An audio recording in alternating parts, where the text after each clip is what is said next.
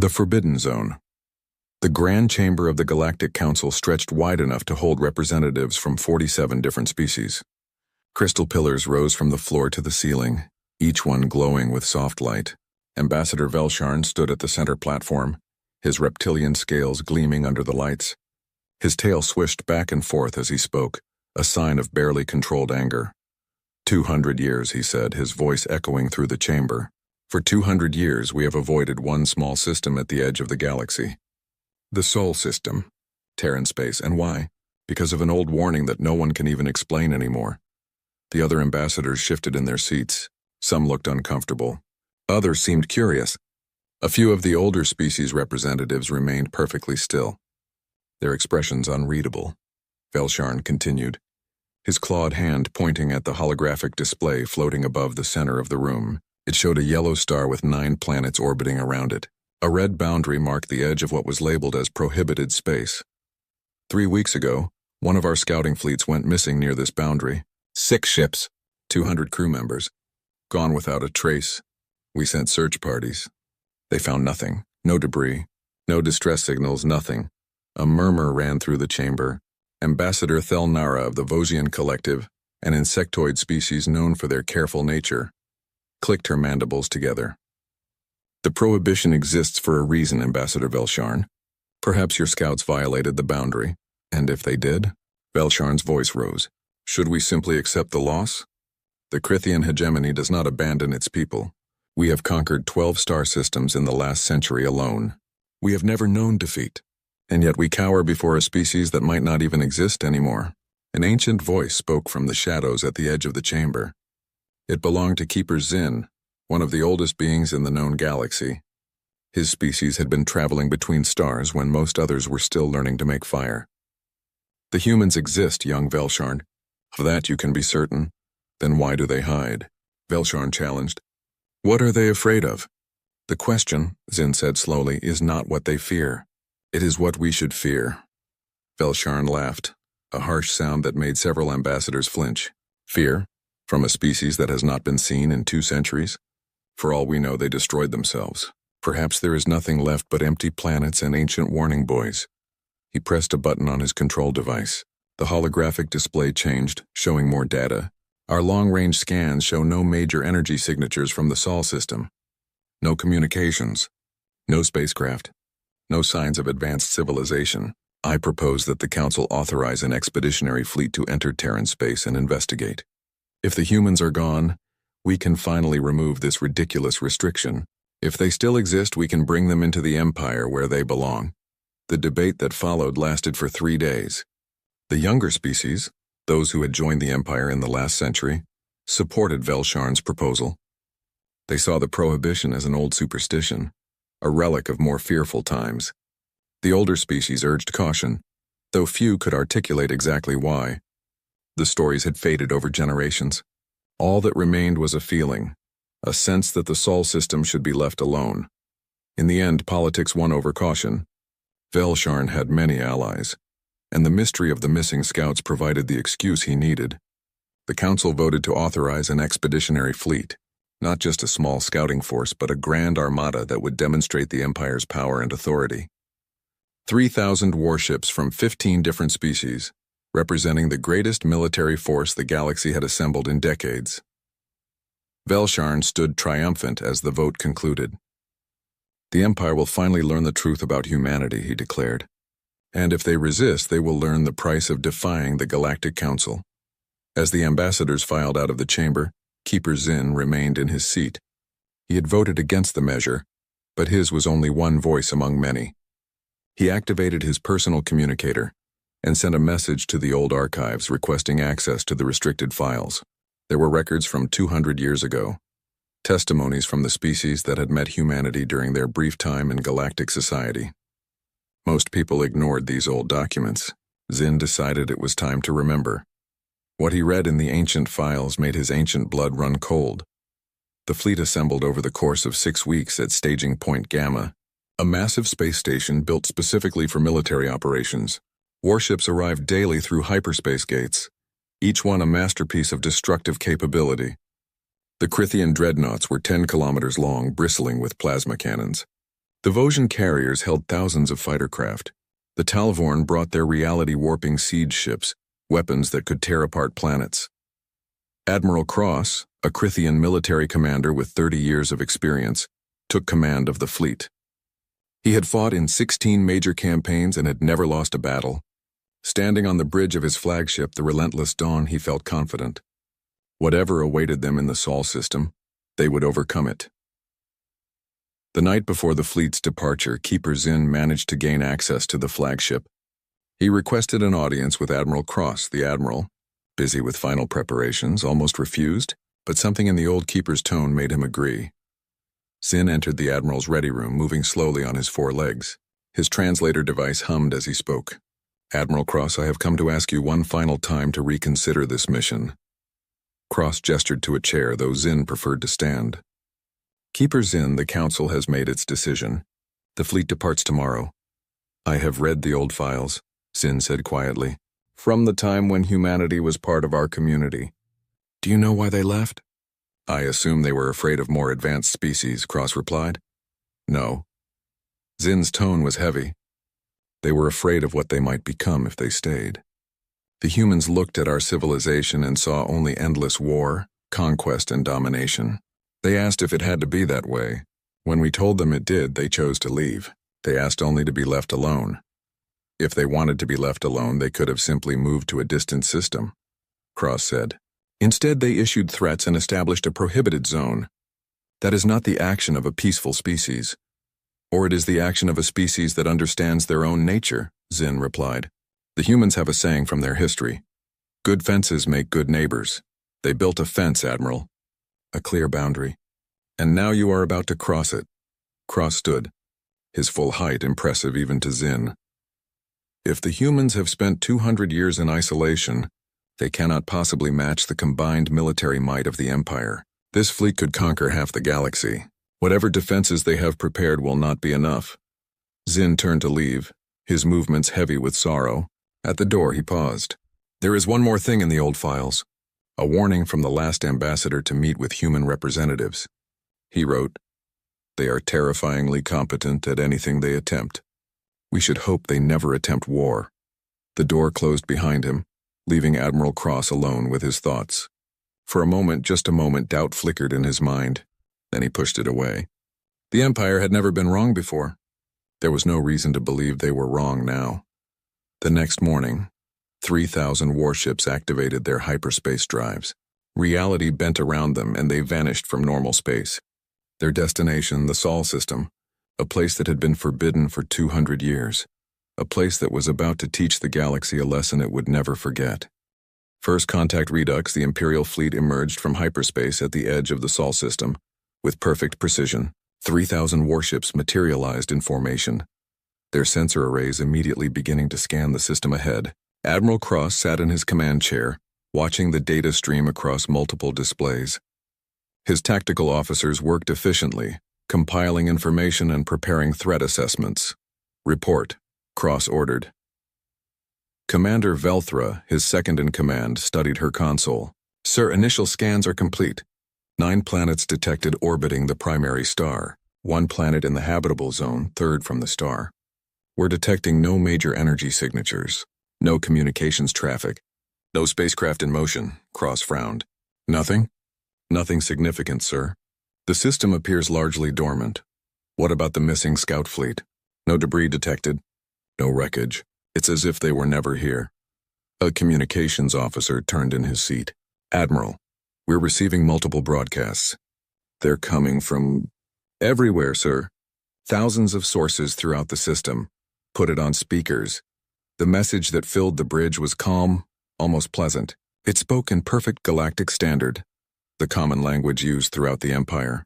"Attention, Imperial Fleet. You are entering Terran territory in violation of the Sol Prohibition. Turn back now. This is your only warning. Terran Defense Protocol Alpha remains active. You have been warned." The message repeated in dozens of languages, cycling through every known galactic tongue. Cross noted that it included languages from species that had gone extinct, or been absorbed into the Empire generations ago. These warning buoys had been broadcasting for a very long time. "How many buoys, Lieutenant?" 17,342, sir. They're positioned throughout the system, creating a complete network. They're old, sir, at least 200 years, based on the materials and power signatures. Cross made his decision. Destroy the nearest 100 buoys. Let's announce our presence properly. The fleet's weapons locked onto the closest warning beacons. Plasma bolts and energy beams lanced through space. The targeted buoys exploded in small flashes of light. The remaining buoys continued their warnings undisturbed. Advance the fleet. Standard approach formation. All weapons ready. The massive armada moved forward, entering the Sol system proper. They passed the orbit of the 8th planet, a ice giant with multiple moons. The sensors showed nothing unusual. They continued inward, passing the 7th planet, then the 6th. Still nothing. This is strange, Velthra said. Where are they? Cross was beginning to wonder the same thing. Had the humans truly vanished? Had they destroyed themselves, leaving only automated warning systems behind? They approached the 5th planet, a massive gas giant with prominent bands of color. The tactical display showed dozens of moons orbiting it. As they drew closer, the sensors began picking up something unusual. Sir, I'm detecting metal, large amounts of it, in the asteroid belt between the 4th and 5th planets. How large? Very large, sir. I'm reading thousands of objects. They're perfectly positioned. Too perfect. This isn't natural. Cross leaned forward. Show me. The main display shifted to show the asteroid belt.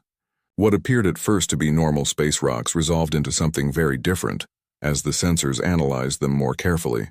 The objects were artificial. Massive structures disguised to look like asteroids, each one larger than the biggest ships in the Imperial fleet. How many? Cross asked quietly. Still counting, sir. At least 10,000. Possibly more. They're dormant, but their power cores are active. They're just waiting. What about the moons around the gas giants? The tactical officer's hands moved quickly across his console. His face changed as he read the results. Sir, they're not all moons. At least half of them are artificial. They're hollow. The structures are enormous. Some are as large as our capital city stations. A cold feeling settled into Cross's stomach. So where are the humans? As if in answer to his question, every console on the bridge suddenly displayed the same image. A simple graphic showing the 3rd planet from the star, the one in the habitable zone. Words appeared below it in Galactic Standard. We are where we have always been, waiting. The communications officer jumped. Sir, that came through our secure systems. They bypassed all our encryption. Before Cross could respond, a new message appeared. This one was a transmission, audio and video. The face that appeared on the screen was unremarkable at first glance. A human male, middle-aged by the look of him, with brown skin and dark eyes. He wore simple clothing, not a military uniform. He smiled, but the smile did not reach his eyes. I am Ambassador Chen of the Terran government. You are Admiral Cross of the Imperial Fleet. You command 3,047 warships carrying a total of 6,300,000 crew members. You have entered our space despite 200 years of clear warnings. Under Terran law, this is an act of invasion. Cross stood from his chair. I am Admiral Cross, and I speak for the Galactic Empire. We come seeking information about our missing scouts. We demand your scouts violated our borders. Chen interrupted calmly. They were captured, their crews detained. All are alive and unharmed. They will be returned to you when you leave our space. You have 30 seconds to begin your withdrawal. If you do not comply, we will consider this a hostile action and respond accordingly. 30 seconds? Cross felt his anger rising. You dare threaten the Imperial fleet? We have 3,000 warships. What do you have? Old warning buoys and hidden platforms? Chen's expression did not change. We have what we need. 20 seconds. I will not be threatened by 15 seconds. Cross made a cutting gesture across his throat. The communication cut off. He turned to his weapons officer. All ships target those hidden platforms. Prepare to fire on my command. Sir, targeting solutions are ready. 10 seconds. Chen's voice came through again, though Cross had not reopened the channel. The human's face reappeared on every screen. 5 seconds. Fire. Cross ordered. The Imperial fleet opened fire. Thousands of weapons discharged simultaneously, targeting the disguised defense platforms throughout the system. The beams and projectiles crossed the distance at the speed of light. They should have obliterated their targets they never hit. Something happened in the space between the fleet and the platforms. The weapons simply vanished. Energy beams dissipated. Missiles exploded harmlessly. Kinetic projectiles stopped moving as if they had hit an invisible wall, then slowly drifted away. What just happened? Cross demanded. I don't know, sir. Our weapons are gone. They just stopped existing. 0 seconds, Chen said. His face was no longer smiling. You were warned. You did not listen. Now you will learn. The asteroid field came alive. Thousands upon thousands of platforms activated simultaneously. They did not look like weapons. They looked like geometric shapes, perfect spheres and cubes and pyramids that gleamed in the light of Sol. They did not fire. Missiles or energy beams, reality around the Imperial fleet began to change. The first ships to be affected simply stopped moving. Their engines fired at full power, but they went nowhere. Tractor beams of incredible strength held them perfectly still. The ships tried to jump to hyperspace. Their hyperdrives activated, but nothing happened. Space refused to bend for them. Then the platforms did something that should have been impossible. They moved the ships, without touching them, without any visible beam or force. The platforms relocated entire warships across millions of kilometers in seconds.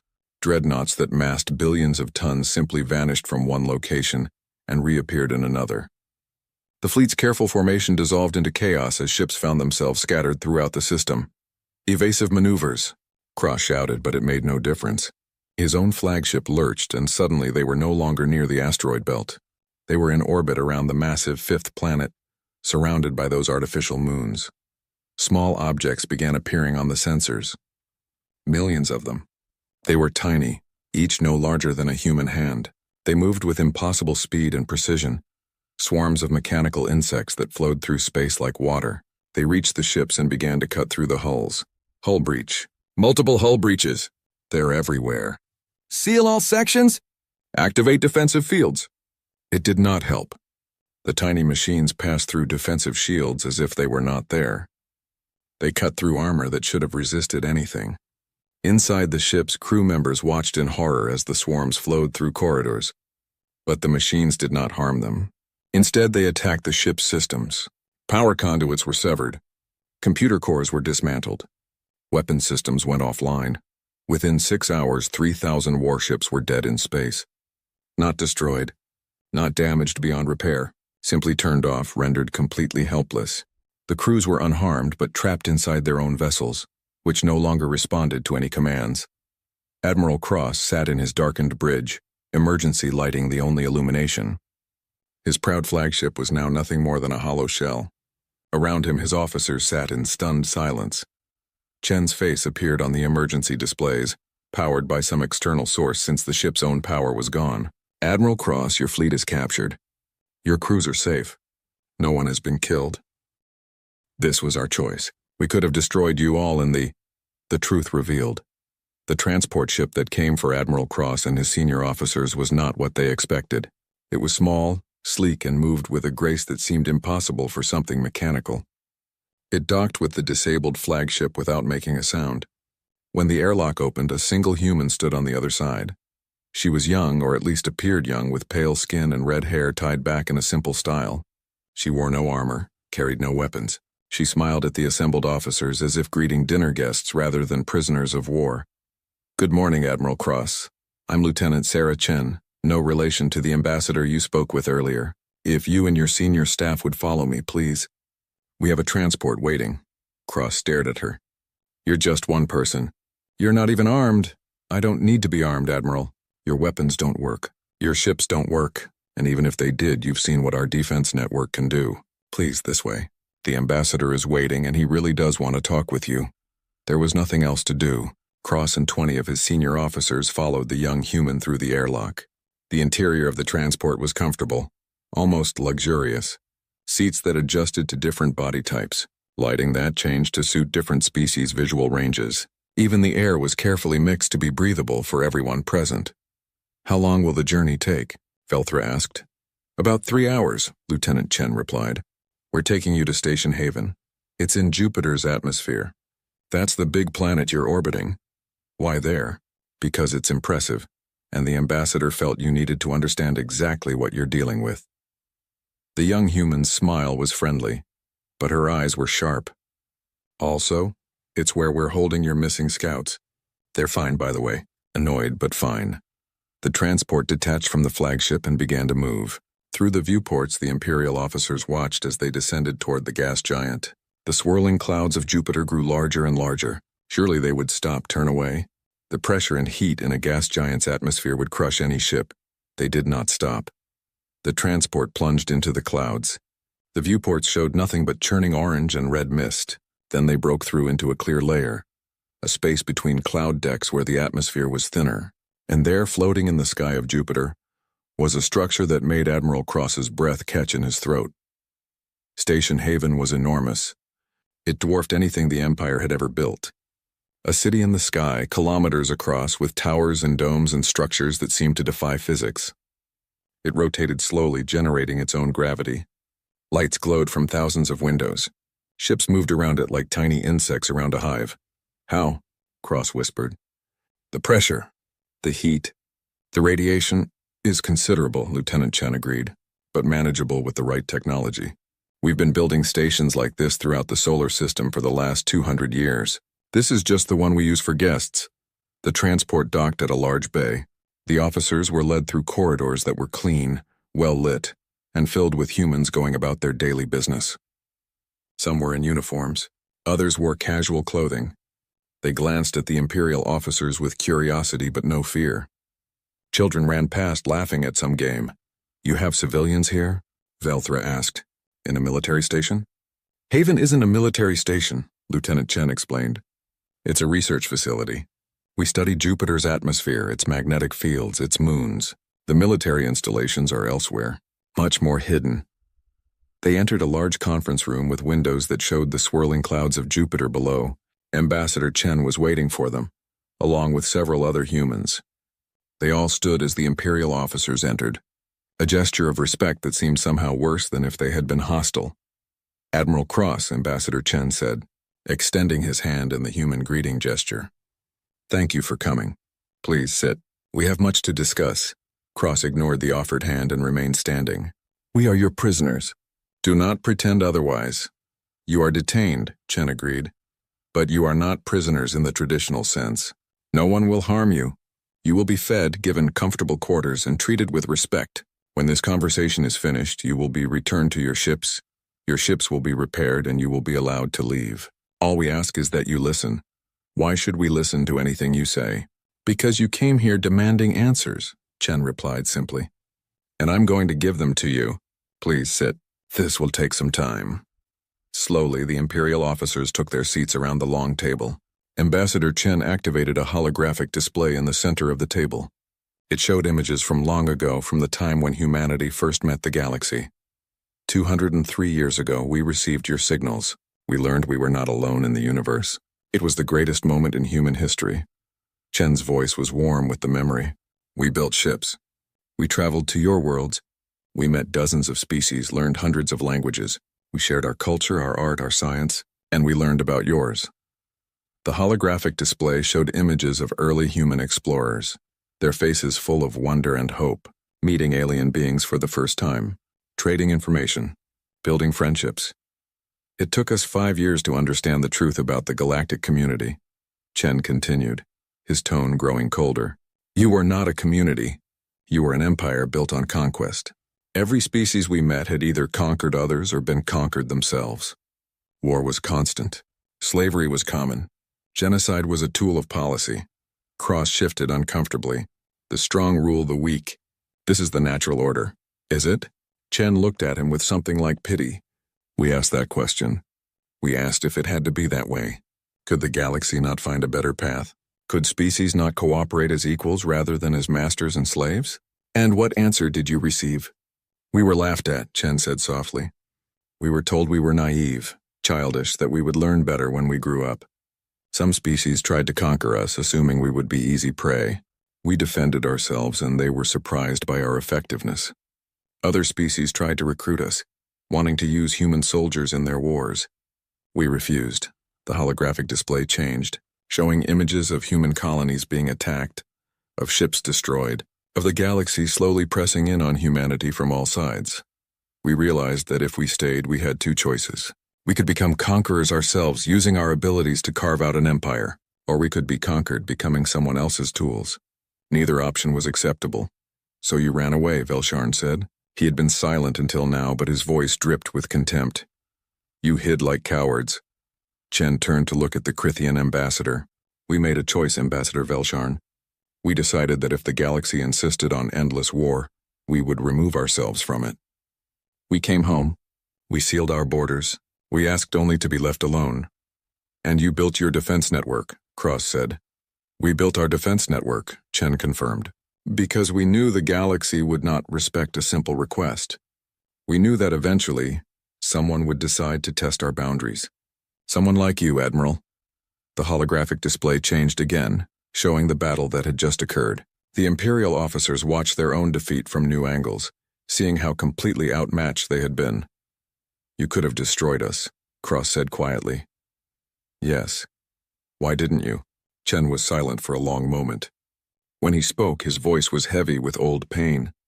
Because we remember who we were. Humans have fought terrible wars, Admiral.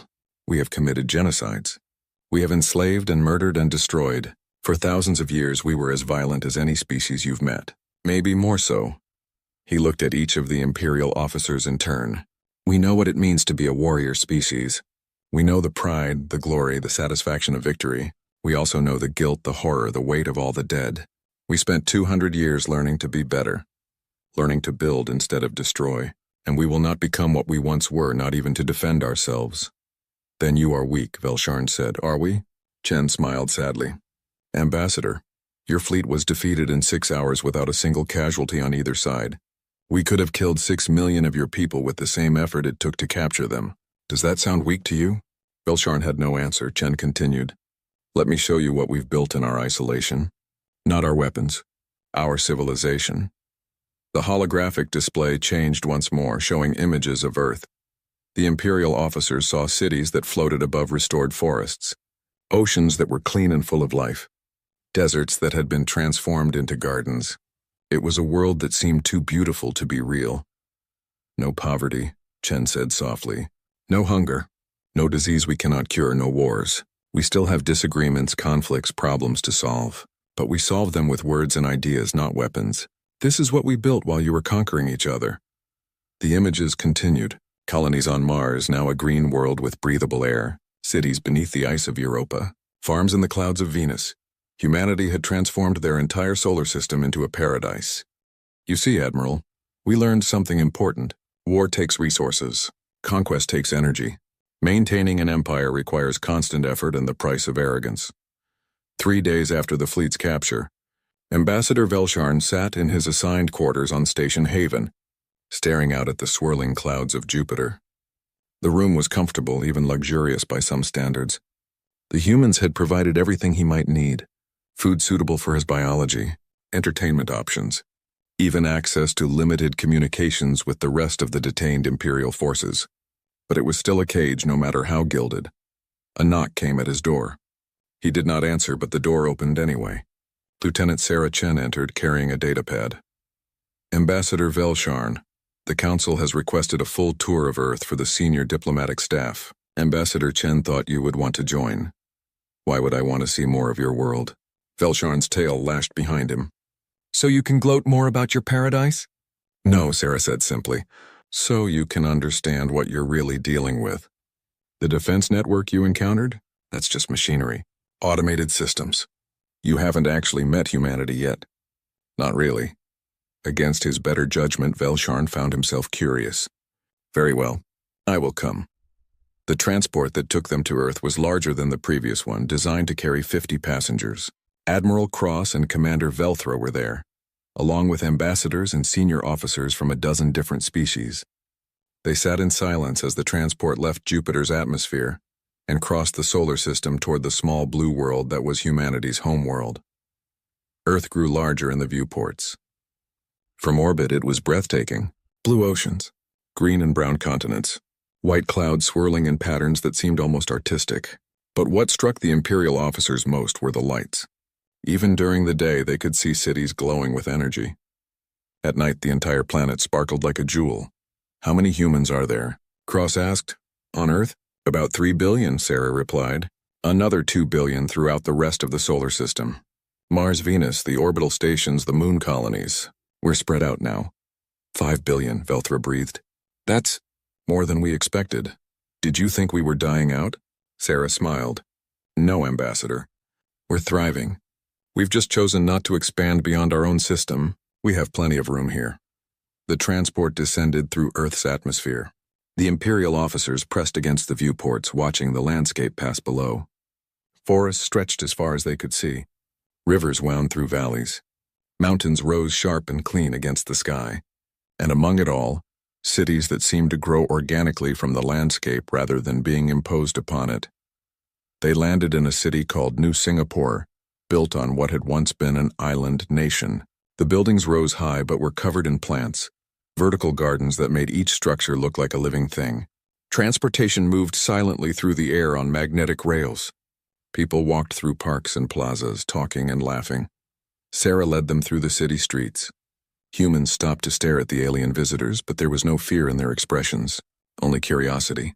Children pointed and asked their parents questions. Some people waved, friendly gestures that the Imperial officers did not know how to return. "Where are your soldiers?" Velsharn demanded. "Your police? Your security forces?" "We have them," Sarah replied.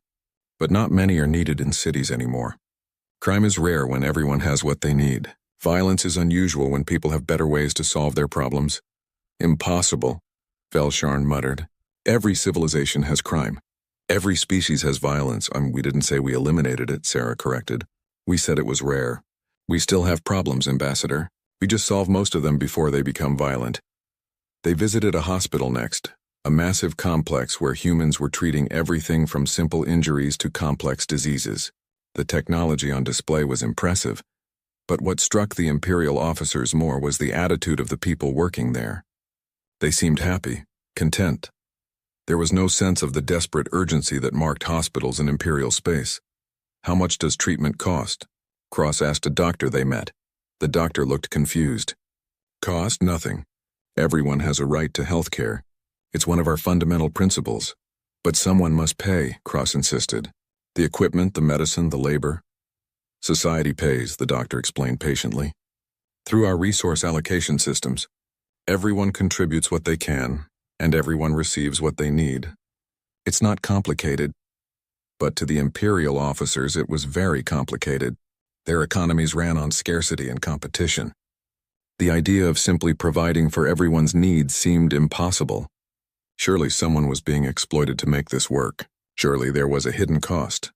They visited schools next, where human children learned alongside robotic tutors and human teachers. The curriculum included not just science and mathematics, but philosophy, art, ethics. Children were taught to question, to think critically, to consider different perspectives. "You teach them to question authority?" Velsharn asked, watching a classroom where teenagers were debating the merits of different governmental systems. "Of course," Sarah replied. "How else will they improve our society? Every generation needs to think about how to make things better. That requires questioning what came before." "That sounds like a recipe for chaos." "It's a recipe for progress," Sarah countered. "Our civilization isn't perfect, Ambassador. We make mistakes, but we've built systems that allow us to recognize those mistakes and correct them.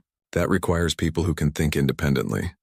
The final stop on their tour was a simple home in a suburban area. A family lived there, 2 parents and 3 children. They had invited the Imperial delegation for dinner, wanting to show them ordinary human life. The family home was comfortable, but not extravagant. The parents both worked, one as an engineer and the other as an artist. The children attended local schools. They had hobbies, friends, dreams for the future. They were, in every way, an ordinary family. Over dinner, Admiral Cross asked the question that had been bothering him all day. "Aren't you afraid? You know what exists out in the galaxy. You know there are species that would conquer you if they could. Don't you want humanity to be stronger, to expand, to protect yourself by dominating others?" The father, whose name was Marcus, considered the question carefully. "Admiral, I've read the history books. I know what humans were like before we came home from the stars. I know about our wars, our genocides, our empires. That history terrifies me far more than anything outside our system." "I don't understand," Cross said. "We learned something important," Marcus explained. "The greatest threat to humanity has always been humanity itself. Not aliens, not natural disasters. Us, our own capacity for violence and cruelty. So we built a society that minimizes those tendencies. We created abundance so people don't fight over resources. We built systems that resolve conflicts peacefully. We taught our children to value cooperation over domination. Marcus's wife Elena added, and we built defenses strong enough that we never have to make the choice between conquering others or being conquered ourselves. We can simply be, but don't you want more? Velthra asked. Don't you want to explore? To expand, to grow? We do explore, Elena said. We send probes throughout the galaxy. We listen to your broadcasts. We study your cultures. We learn everything we can. We just do it without needing to control or conquer. The youngest child, a girl named Maya who was perhaps 8 years old, looked up at the alien visitors with wide eyes. My teacher says that other species fight all the time. Is that true? Velsharn looked down at the child. For the first time since arriving in the Sol system, he felt something crack in his certainty. Yes, he admitted. It is true. Why? Maya asked. It was such a simple question. A child's question. But Velsharn found he had no good answer. Because that's how it's always been. Because the strong deserve to rule. Because conquest brings glory. None of those answers seemed adequate when faced with a child's innocent curiosity. I don't know, he finally said. After dinner, as they walked back to the transport, Velsharn pulled Ambassador Chen aside. This is all very impressive, he said. Your cities, your technology, your happy families. But it's a fantasy. It cannot last. The galaxy doesn't work this way. The galaxy doesn't work this way because species like yours don't let it. Chen replied calmly. You maintain the system through violence. You convince yourselves that domination is natural, that peace is impossible, that this is simply how things are. But we've proven otherwise. In isolation, Velsharn argued. You hide behind your borders and claim superiority. Let's see how long your paradise lasts when you have to actually engage with the galaxy. We're about to find out, Chen said quietly. What do you mean? Chen pulled out a datapad and handed it to Velsharn. We've decided to break our isolation. Not physically. We're not sending ships to your worlds or armies to your systems, but we are going to send something more dangerous. Velsharn looked at the datapad. It showed a communication plan, a massive broadcast that would reach every inhabited system in the galaxy. What is this? The truth, Chen replied. We're going to show the entire galaxy what we've shown you. Images of Earth, explanations of our society, proof that... A new choice. The broadcast reached every inhabited world in the galaxy within 3 days. It could not be blocked, could not be censored, could not be stopped. Human technology had found frequencies and methods that bypassed every known communications barrier. On 1,000 worlds, billions of beings saw the same images. Earth green and peaceful. Human cities clean and prosperous. Children playing in parks. Families eating dinner together. A civilization without war. And then they heard the question, are you happy with how things are? The Galactic Council convened an emergency session. The Grand Chamber was filled with angry voices, with demands for action, with calls for immediate military response. Ambassador Velsharn stood at his place, his tail rigid with tension, watching the chaos unfold around him. This is an invasion, shouted the representative from the Talvorn Dominion. They are attacking our way of life. We must respond with overwhelming force. With what forces? Commander Velthra asked quietly. She had been invited to address the council upon their return. Our greatest fleet was captured without firing a single effective shot. They held 6 million of our people hostage and returned every one of them unharmed. What do you imagine we can do against them? Assemble a larger fleet, someone shouted. Every ship, every species. We will overwhelm them with numbers. Keeper Zin, who had remained silent throughout most of the debate, finally spoke. His ancient voice cut through the noise. And how many millions will you send to their deaths? Because make no mistake, if we attack them again, they may not be so merciful. We violated their borders. We ignored their warnings. They defeated us and then showed us mercy. Now you want to repay that mercy with another invasion? What would you have us do? Velsharn demanded. Simply accept this? Allow them to poison the minds of our citizens with their idealistic propaganda? Is it propaganda if it's true? Zin asked. I've read Commander Velthra's full report. I've seen the evidence. Everything the humans showed you was real. They have built a society that works. Perhaps instead of attacking them, we should ask ourselves why their way of life seems so threatening to us. The debate raged for days. In the end, the council was paralyzed. Some members wanted war. Others urged caution. A few like Zin suggested that humanity's message might deserve consideration. No consensus could be reached. But while the council argued, the galaxy was changing. On a mining world in the Outer Rim, workers who had labored in dangerous conditions for their entire lives saw images of human workers operating with safety equipment and fair schedules. They began to ask their overseers, why can't we have this? On an agricultural planet that exported all its food while its own people went hungry, farmers saw human communities where no one starved. They began to withhold their crops, demanding change. On a dozen fortress worlds where warrior species had built their cultures around conquest and glory, young soldiers saw human children learning philosophy and art. Some began to question whether endless war was truly the only path to honor. The human broadcast had included one more element that Ambassador Chen had not mentioned to Velsharn. It was a simple offer. Any world that wishes to govern itself, any species that wishes to be free from imperial control, may request Terran protection. We will not come to you. We will not impose our way of life upon you. But if you ask for help, if you truly choose freedom, we will shield you the same way we shield ourselves. The first world to accept was a small colony of herbivorous beings called the Tillari. They had been conquered by the Empire generations ago and forced to provide food for military operations. They sent a simple message to the Sol system. We wish to be free. The response came within hours. A Terran defense platform materialized in orbit around their world, transported through space by the same technology that had captured the Imperial fleet. It was a sphere of gleaming metal, geometric and perfect. It broadcast a message. This world is now under Terran protection. Any attempt at coercion, conquest, or control will be met with defensive measures. The people of this world have chosen self-determination. That choice will be respected. The Imperial governor who had ruled the Tillari fled without attempting resistance. He had seen what happened to the fleet. He wanted no part of testing human defenses. Within a week, 17 more worlds requested Terran protection. Within a month, over 100. They were mostly small colonies, weak species who had been conquered or marginalized by the Empire. But each one represented a crack in the Empire's foundation, and humanity kept their word.